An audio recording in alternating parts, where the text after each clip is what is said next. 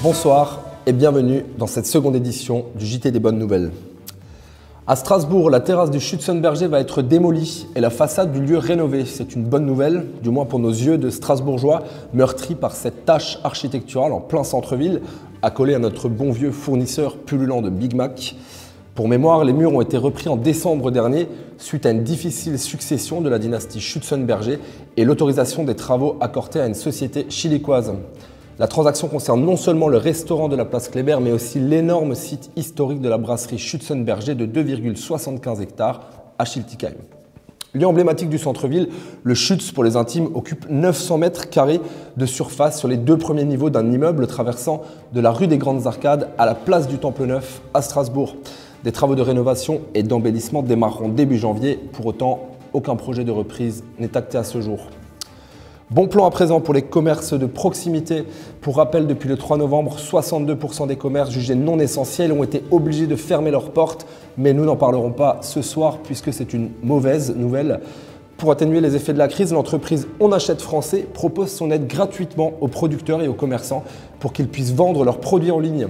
Cet élan de solidarité intervient alors que les commerçants non essentiels sont toujours paralysés, leur unique échappatoire étant alors la vente en ligne. L'entreprise a décidé d'agir en accueillant sur son site internet les boutiques locales et les créateurs qui vendent des produits fabriqués en France. Une solution immédiate qui permettra à de nombreux commerçants de poursuivre leur activité pendant le confinement.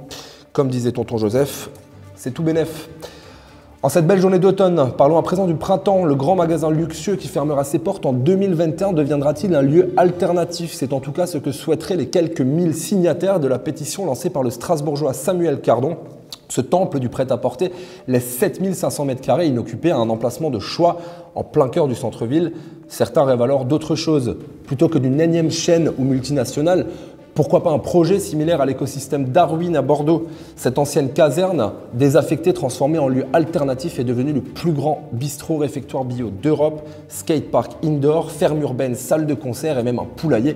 Il s'agit d'un lieu pensé par et pour les locaux qui semble faire l'unanimité puisqu'il s'agit aujourd'hui de l'un des lieux les plus visités de la ville. Alors à quand un poulailler dans le printemps?